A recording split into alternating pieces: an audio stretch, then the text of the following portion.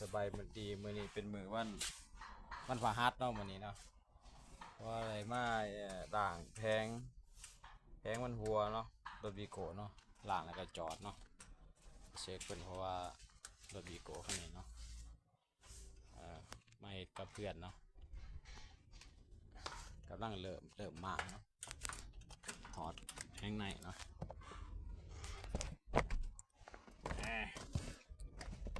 ถอดแพงเนาะอย่าตั้งกล่องก่อนนี่นั่งหมาง่ายๆไปเลยนี่เอาสร้างมาซอยเนาะนี่เนาะต่อเนาะต้องถอดออกเจอหน่อยเนาะต่อเนาะเพราะว่าตัวนี้มันใส่เวลาเนี่ยเนาะมันหมางไปได้แพง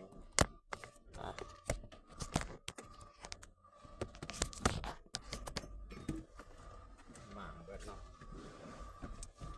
ต่อ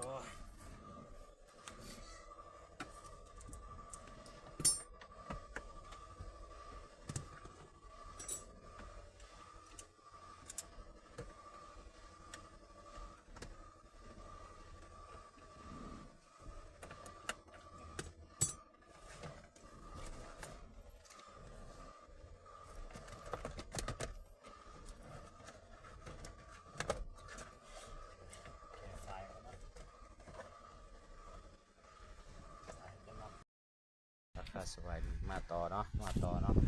ตามสิโคตรออกว่านะแพงออกแล้วแพงออกเนาะ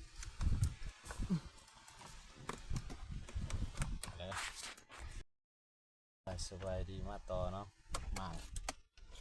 ขันต่อเนาะนี่เนาะแล้วจะแพงออกเนาะเอาไป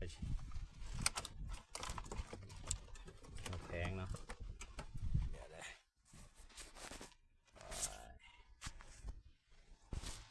เอาสีซะ